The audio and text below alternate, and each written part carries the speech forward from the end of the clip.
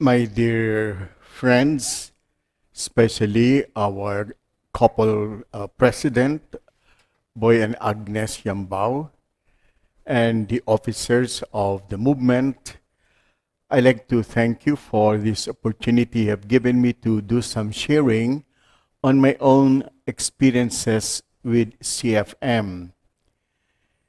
The celebration this year is quite important. First, our 65th anniversary as CFMers falls on the 500 years of Christianity in the Philippines. It's good for us to think of these questions. What has CFM contributed to the growth of the Philippine Church these past 65 years?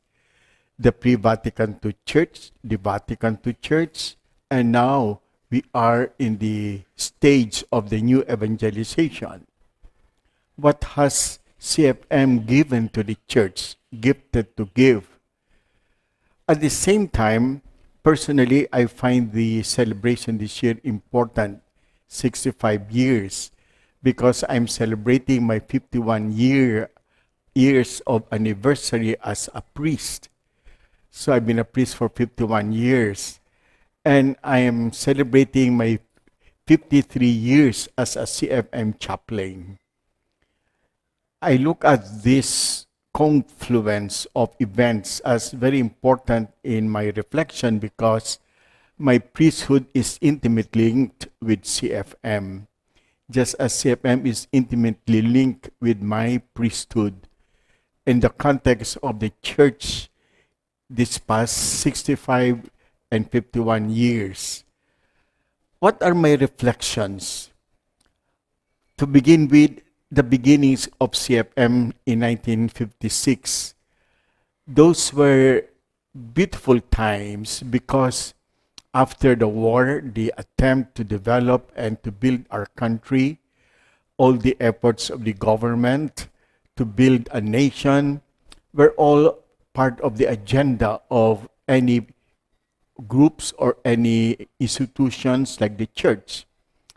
At maganda na nagsimula ang CFM in the context of rebuilding a nation in 1956. At mahalaga na nakita natin ang contribution ng CFM as a movement during that particular period of time ay ipakita ang isang Catholic action na family-oriented na ang participation ay by couples and families. At sa panung iyon, nakita natin din yung methodology ng CFM ay mahalaga yon, the review of life. The review of life that tells us we start with experience and then we reflect, we make judgments, we try to learn the Word of God, the context of the social teachings of the church. And then we are moved to action. So that is that kind of methodology that comes with our formation. And thirdly, CFM is noted to be socially involved, especially with the political issues in the 50s and early 60s. The issues of development, the issues of social justice. And fourth, ang maganda sa CFM, it was during that period of time that all the encounter programs were introduced. It was during that time when precisely the CFM spread its wings and offered couples and families the marriage encounter program, the priest encounter, and the other encounters that Father Gabriel Calvo of Spain has developed in the context of Spain, but this time we tried to work on it in the context of the Philippines. So itong beginnings ng CFM, part of a rebuilding process of a society. Ang second phase naman ng CFM na I'm very much part of it, is from 1965 to 1985. CFM and the Second Vatican Council until the People Power. To me, those were the most trying times of CFM. CFM is challenged from all levels, at all angles. how and where to go in its pastoral direction, in its vision and mission.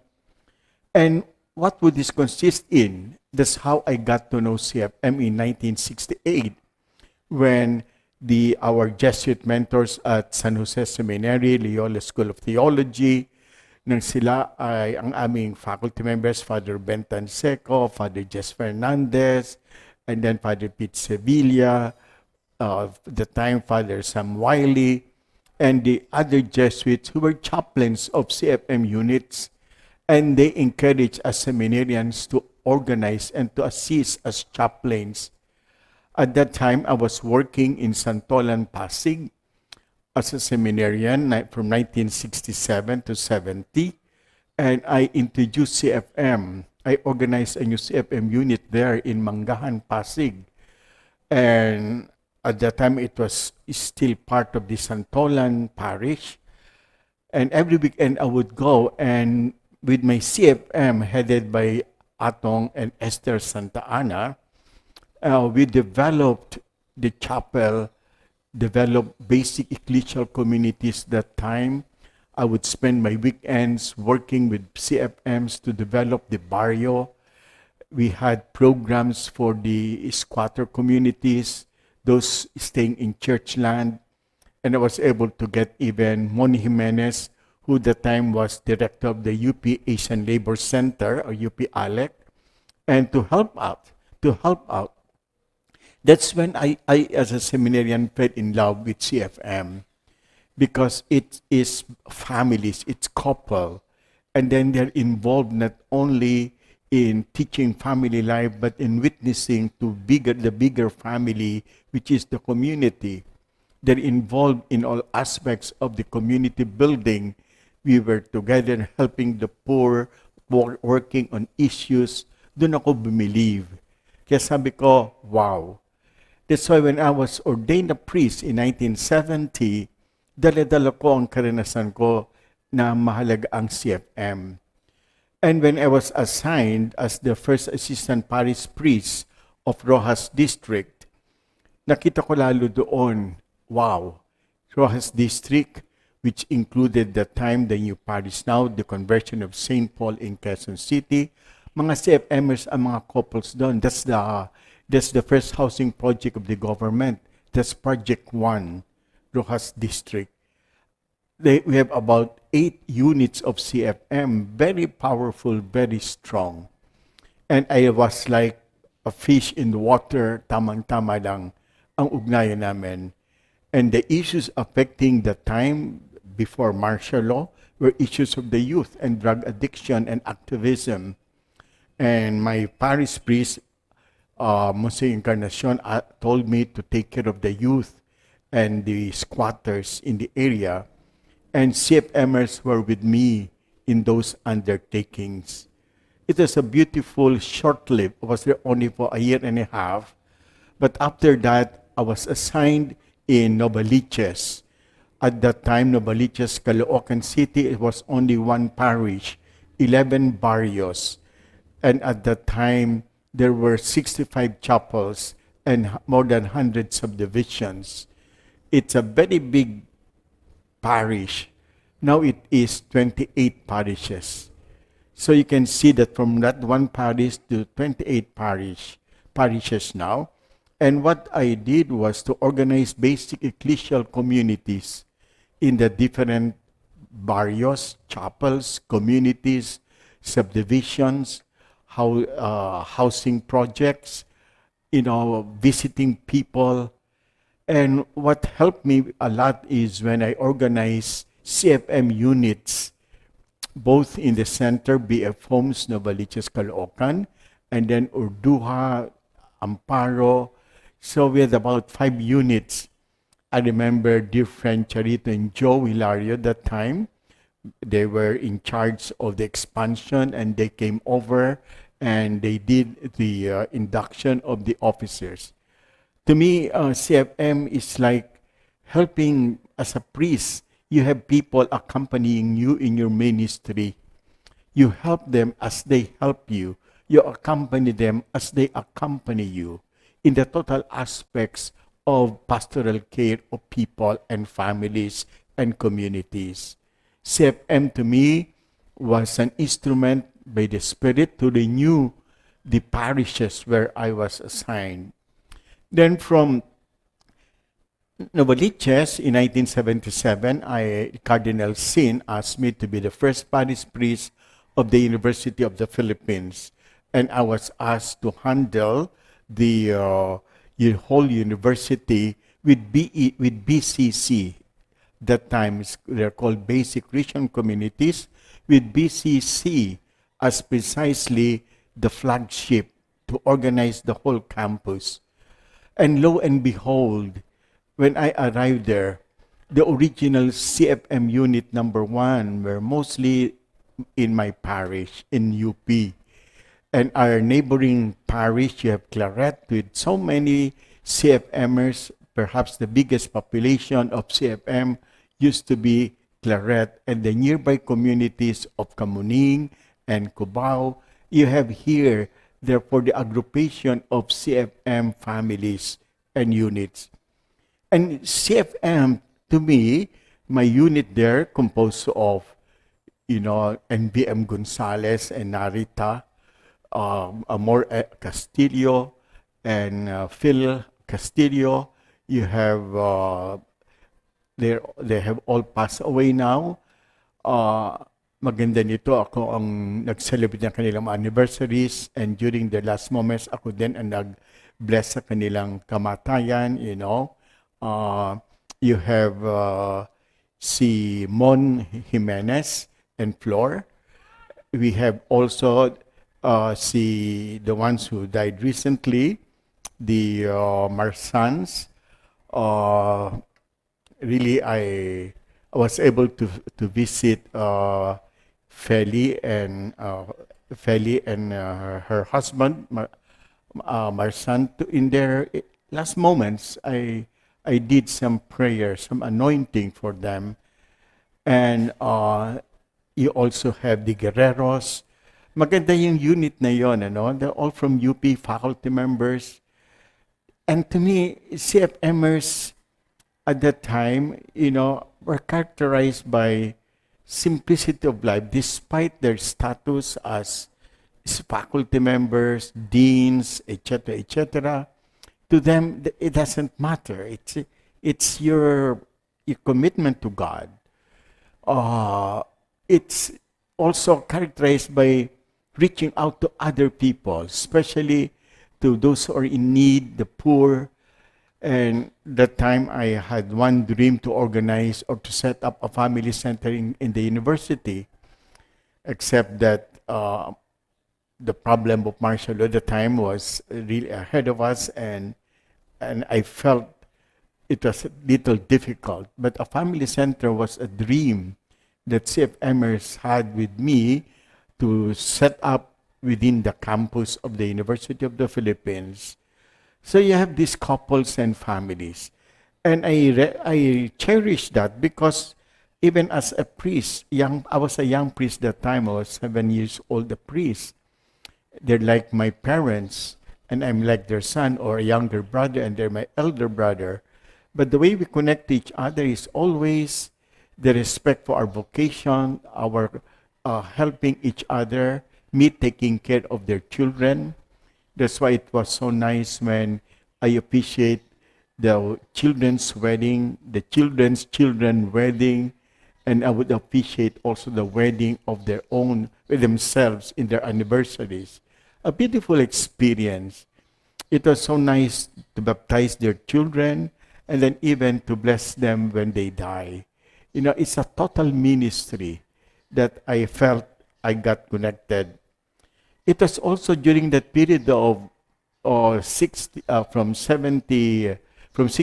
to 85 that we had the Second Vatican Council, and CFM was at the forefront of the renewal of the church.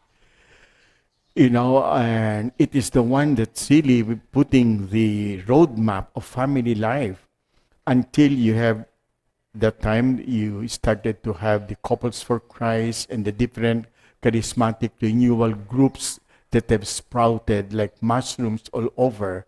which is to me a very good thing that happened because renewal of the church happens in different forms. CFM is one of them, particularly sa family life.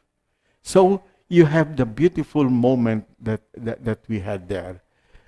And then from 1985 to where we are now, I brought CFM also when I was assigned in France after my doctoral studies in Rome in 1986, 87.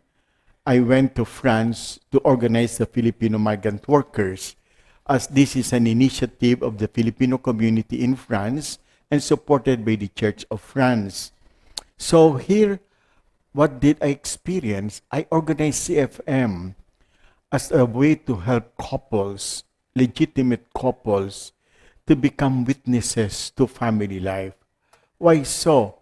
Majority of our migrant workers, especially in Europe, are really family members, wives who left their loved ones here in the Philippines. Sometimes they remarry or they get involved in a second relationship back there.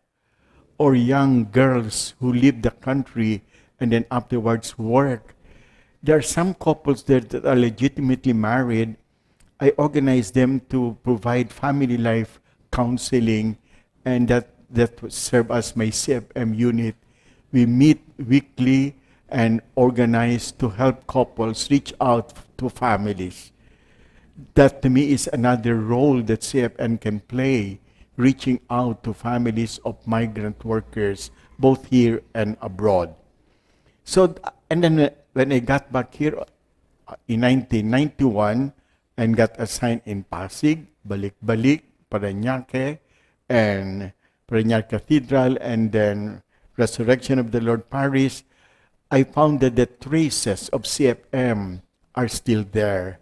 I said traces because there used to be very many groups of CFMers in this area of the south of Metro Manila, Parañaque, Las Piñas, Alabang, and the number has diminished because of the surge of many renewal groups that have risen at that period of time. But what I find interesting is I could sense that the vestiges of CFM influence are still there. What are these vestiges of influence? The first is CFM is a relevant movement of families. We are very relevant. There are so many needs of families today, the complexity of families. I was assigned in a very poor parish, Balik-Balik, and I know many broken homes. I know families that are dysfunctional. They need help. CFM to me and the marriage encounter that we had there, we had 3 marriage encounters supported by CFM. We have a CFM unit. That is a commitment. Then you go to St. Andrew. The CFM spearheaded there the National Manpower Development. And at the same time, they spearheaded the cooperative, which have become the bastion of human development projects in the capital of Parañaque, where the seat of the cathedral is. Ang galing eh.